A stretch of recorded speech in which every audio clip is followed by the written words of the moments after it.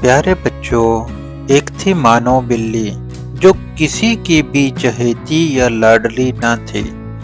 اس نے شہر کے ایک کباڑ خانے میں آنکھ کھولی اور پھر اپنی ماں اور دوسرے بہن بھائیوں کے ساتھ مختلف جگہوں کی تبدیلی کے بعد ایک قصاب کی دکان کے پاس رہنے لگی۔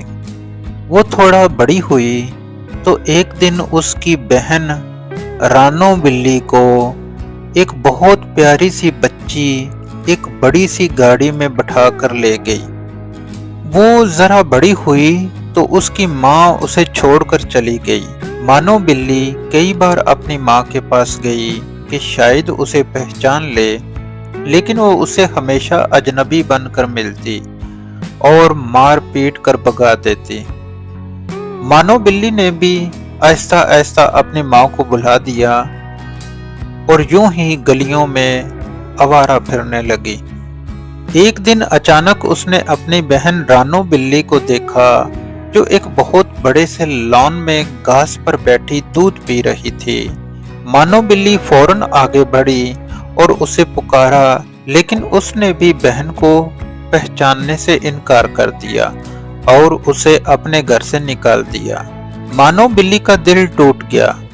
وہ باہر نکلی تو ایک شریر بچے نے نشانہ لے کر ایک پتھر اسے دے مارا۔ پتھر اس کی ٹانگ پر لگا اور وہ لنگڑا کر گر پڑی۔ بچے کے ساتھی اس کے اس سنہری کارنامے پر کہکہے لگانے لگے۔ مانو بلی بڑی مشکل سے اٹھی اور اپنی زخمی ٹانگ کے ساتھ بھاگ کھڑی ہوئی کہ کہیں باقی بچے بھی پتھر لے کر اس پر اپنا نشانہ نہ آزمانے لگے۔ اسے انسانوں پر غصہ آنے لگا کہ وہ کس دیدہ دلیری سے ہم جیسے معصوم جانوروں پر ظلم کرتے ہیں اور انہیں کوئی کچھ نہیں کہتا۔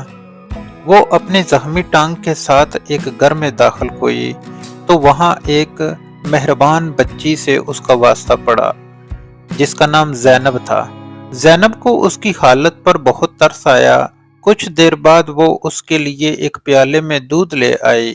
مانو پہلے تو جھجکی، اسے بھوک بھی زوروں کی لگی ہوئی تھی۔ مانو بلی نے تھوڑا سا دودھ پیا تو اس کی بھوک اور زیادہ جاگ اٹھی۔ اس نے جلد ہی سارا دودھ پی لیا اور لیٹ گئی۔ زینب اندر چلی گئی تو مانو بلی نے بھاگنے کا سوچا، مگر اپنے اس نئے مہربان دوست کو چھوڑنے کو اس کا جی نہ چاہا۔ آخر زینب آئی تو اس کے ہاتھ میں مرہم پٹی تھی۔ مرہم پٹی ہونے کے بعد مانو بلی کو کچھ سکون ہوا تو وہ سو گئی۔ اگلے دن زینب اسے اپنے گھر کے اندر لے گئی۔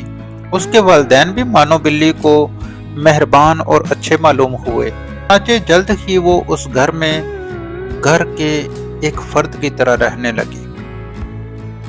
مانو بلی کا دل وہاں لگ گیا۔ ان سب کی مہربانیوں کو صلہ اس نے یہ دیا کہ اس گھر میں سے تمام چوہوں کو گھر چھوڑنے پر مجبور کر دیا۔ لال بیگ اور دوسرے کیڑے مکوڑے بھی اس نے ختم کر ڈالے۔ جب سے وہ اس گھر میں آئی تھی، چوہوں کی جان پر بنی ہوئی تھی، ان کا کوئی حربہ کامیاب نہ ہوتا۔ مانو بلی جھٹ سے انہیں پکڑ لیتی تھی اور کھا جاتی تھی۔ اچھا کھانا، آرام اور سب کی توجہ ملنے کی وجہ سے مانو بلی آہستہ آہستہ کام شور ہونے لگی۔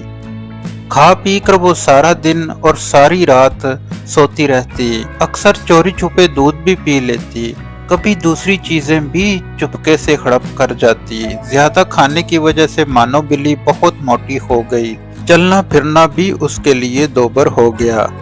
ایک روز چوہوں نے باورچی خانے میں ہلا بولا تو مانو بلی ان کے پیچھے دوڑی، مگر جلد ہی تھک گئی۔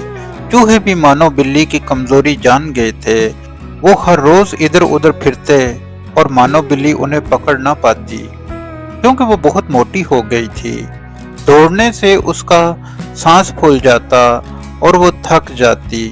ایک دن اس نے گھر والوں کو کہتے سنا کہ مانو بلی کو واپس چھوڑ دینا چاہیے کیونکہ یہ کسی کام کی نہیں رہی۔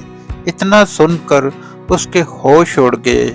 اسے اپنا گلیوں میں پھرنا، شرارتی بچوں سے پتھر کھانا اور غریبی کے دن یاد آ گئے۔